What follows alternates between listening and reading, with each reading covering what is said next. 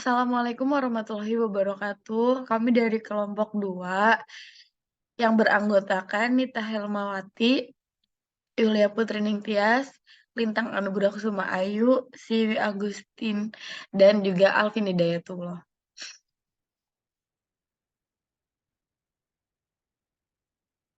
Next. Di sini ada beberapa topik, yaitu yang pertama latar belakang, yang kedua ide solusi, yang ketiga seed map, yang keempat task flow, yang kelima tampilan desain, yang keenam bahasa pemrograman, dan yang terakhir adalah demo aplikasi. Nah, di latar belakang ini menceritakan Barley Bird adalah usaha bakery di Jogja yang didirikan pada tahun 2010. Memiliki 4 cabang di beberapa lokasi Jogja, Barley Bird ini mengembangkan bisnis mereka dengan membangun sebuah website jual beli yang memenuhi kebutuhan pelanggan dan admin. Sistem baru ini bertujuan untuk memberikan kemudahan dan kenyamanan kepada pelanggan dan pembelian produk secara online. Tampilan baru website ini didesain menarik dan responsif agar dapat diakses dengan lancar dari berbagai perangkat. Desain tersebut juga mencerminkan identitas merek Barley Bird melalui warna, tata letak, dan elemen visual yang sesuai. Fitur-fitur yang disediakan antara lain keranjang belanja untuk mengumpulkan produk yang dipilih sebelum pembelian, dengan kemampuan untuk menambahkan, menghapus, atau mengubah jumlah produk. Proses checkout yang aman dan mudah juga disediakan dengan metode pembayaran yang nyaman. Pelanggan diharuskan membuat akun pribadi untuk menyimpan detail pengiriman dan mengatur preferensi pribadi dengan tampilan baru ini. Barley Bird dapat memberikan pengalaman belanja yang luas dan nyaman, menjangkau lebih banyak konsumen, meningkatkan penjualan, dan memperkuat citra merek mereka di era digital yang berkembang pesat. Selanjutnya akan dijelaskan oleh Siwi Agustin. Yang selanjutnya yaitu ide atau solusi yang ditawarkan. Yang pertama ada pada halaman pesanan. Di halaman pesanan ini ada 6 ide atau solusi yang ditawarkan. Yang pertama yaitu tampilan produk yang menarik. Menampilkan produk-produk dalam web pesanan dengan gambar yang menarik dan deskripsi produk yang lengkap untuk menarik minat calon pelanggan. Yang kedua, pilihan produk yang lengkap. Menyediakan berbagai jenis produk dan variasi rasa yang dapat disesuaikan dengan kebutuhan pelanggan. Yang ketiga, antarmuka pengguna yang intuitif, yaitu menyediakan tampilan yang mudah digunakan dan intuitif untuk memudahkan pelanggan dalam memilih dan memesan produk. Yang keempat, yaitu ketersediaan produk yang terjamin. Untuk menjamin ketersediaan produk yang terbaik dan segar untuk memastikan kepuasan pelanggan. Yang kelima, ada fitur pesan. Menyediakan fitur pesanan yang memungkinkan pelanggan untuk melakukan pemesanan kue.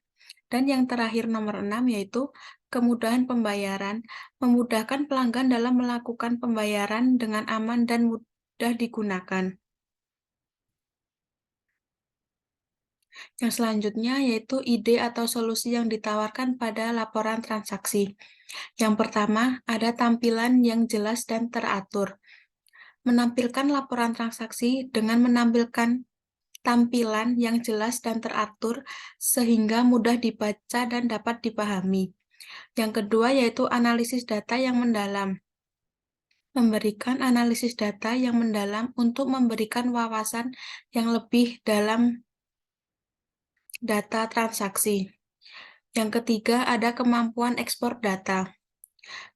Memungkinkan pengguna untuk mengekspor data transaksi ke format yang dapat digunakan untuk keperluan analisis atau laporan lainnya. Yang keempat ada kemampuan membandingkan data.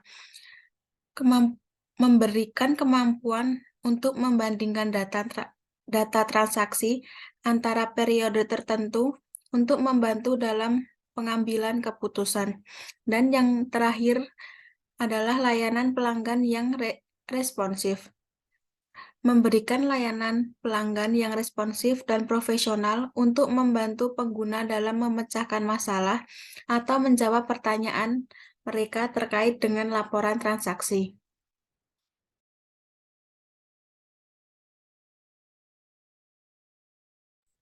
Yang selanjutnya yang dibahas yaitu mengenai sitemap.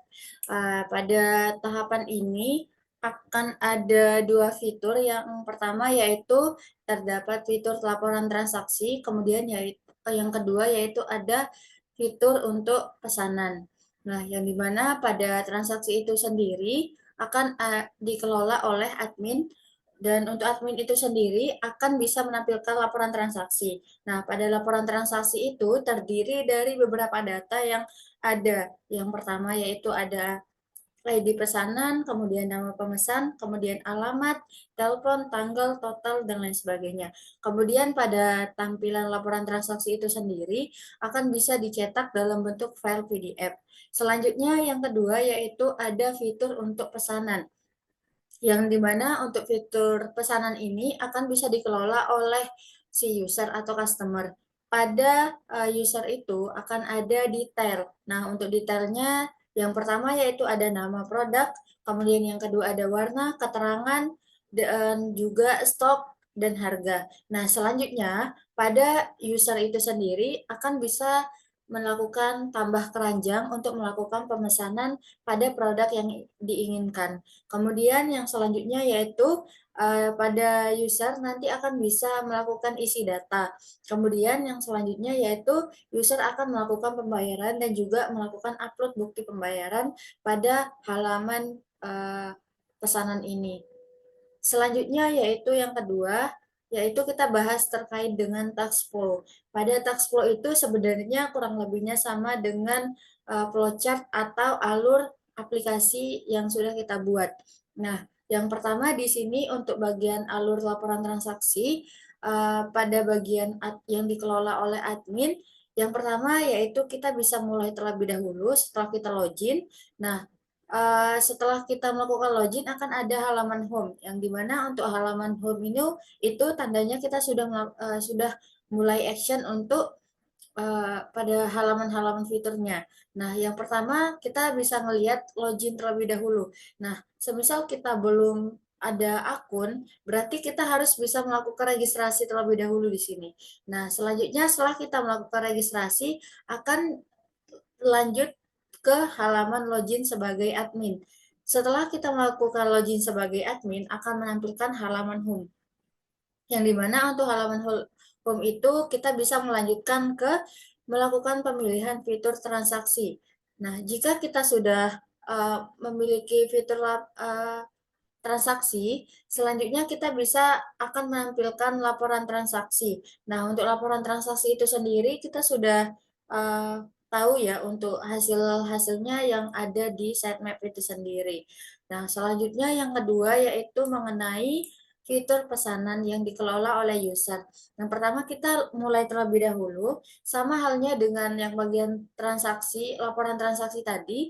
Di sini itu kita bisa registrasi terlebih dahulu. Setelah kita melakukan registrasi, kita akan bisa menginputkan username dan juga password untuk melakukan login. Nah, setelah kita melakukan login, berhasil login, maka akan ditampilkan ke halaman home atau halaman utamanya. Selanjutnya, setelah kita melakukan halaman home yang sudah ditampilkan, sistem akan menampilkan pilih gambar atau produk yang kita inginkan. Jadi, semisal kita mau melakukan pemesanan, maka kita akan memilih gambar atau produk yang kita inginkan untuk dipesan. Selanjutnya, ketika kita melakukan pesanan atau melakukan pembelian barang, akan diarahkan ke data belanja, akan ditampilkan data-data belanjanya. Selanjutnya yaitu user atau customer akan melakukan upload bukti pembayaran, kemudian cek keterangan pembayaran, lanjut ke barang akan dikirim dan juga selesai.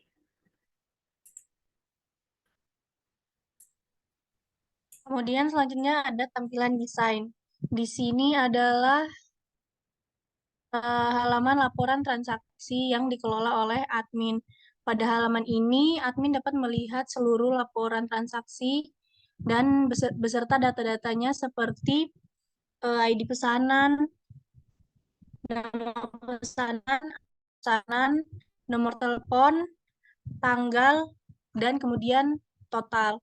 Di halaman ini juga admin dapat mencetak laporan transaksi jika diperlukan yang akan dicetak dalam bentuk PDF.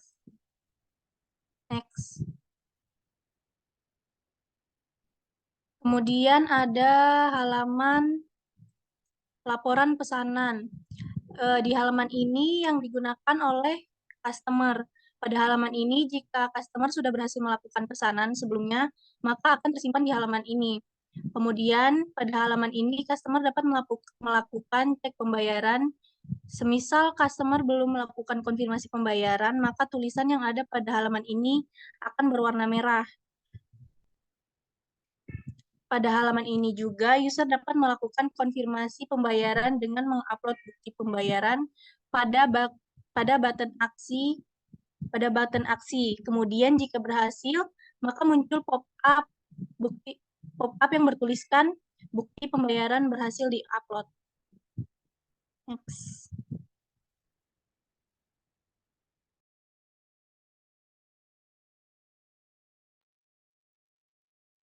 Selanjutnya akan dijelaskan oleh Alvin. Oke, ini untuk bahasa pemrograman kami menggunakan CI pada Igniter yang merupakan adalah sebuah framework pemrograman PHP yang ringan dan sederhana. Framework ini dirancang untuk memudahkan pengembangan aplikasi web dengan menggunakan PHP.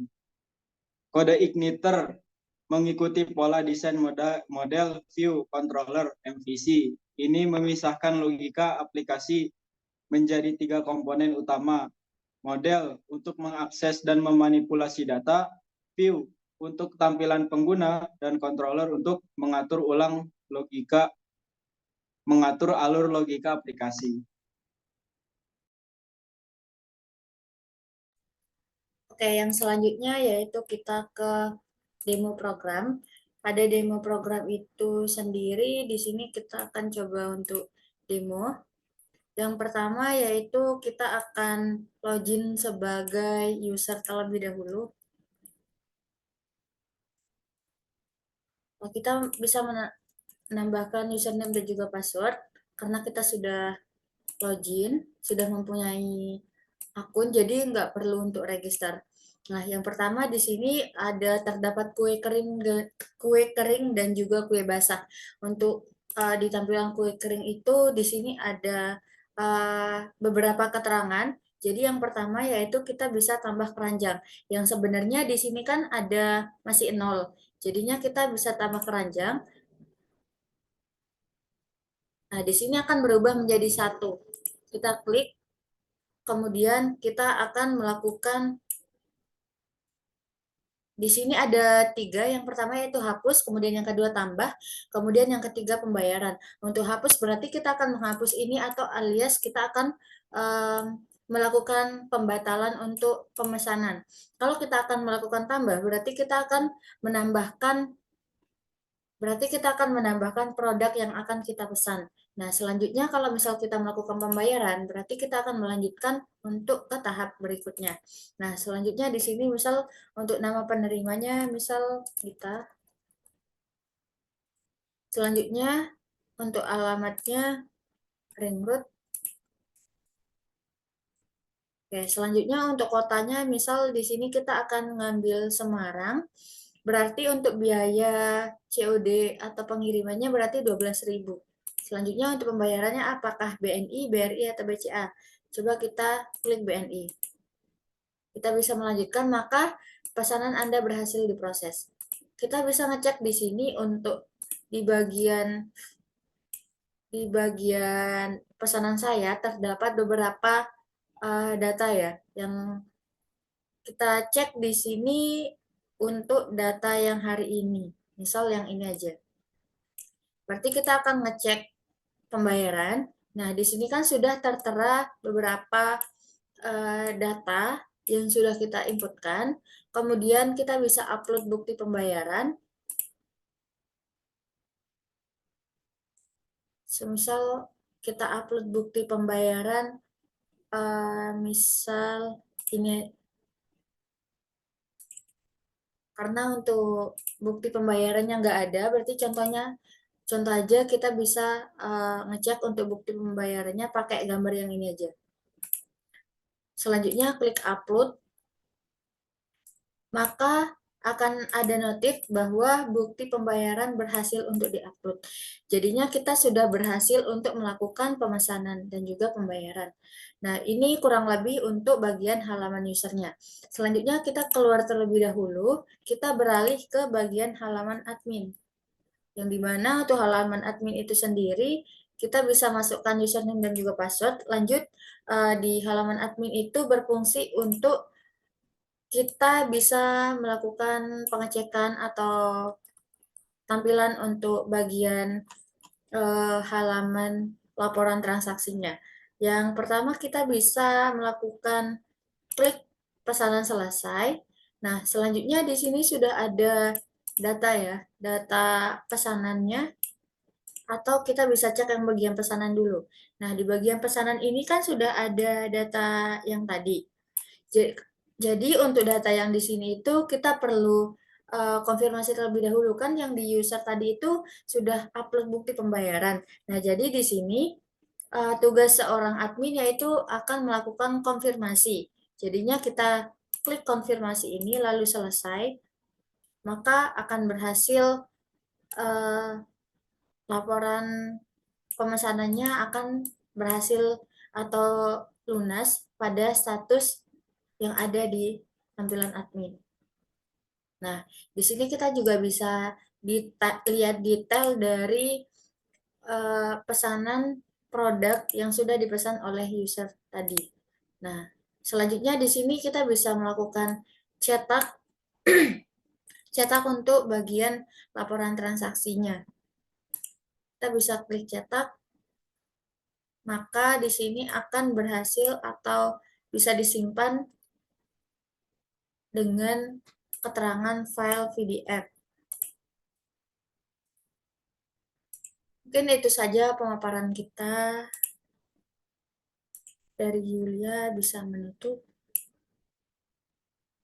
Mungkin cukup sekian presentasi dari kelompok saya. Kurang lebihnya mohon maaf. Wassalamualaikum warahmatullahi wabarakatuh.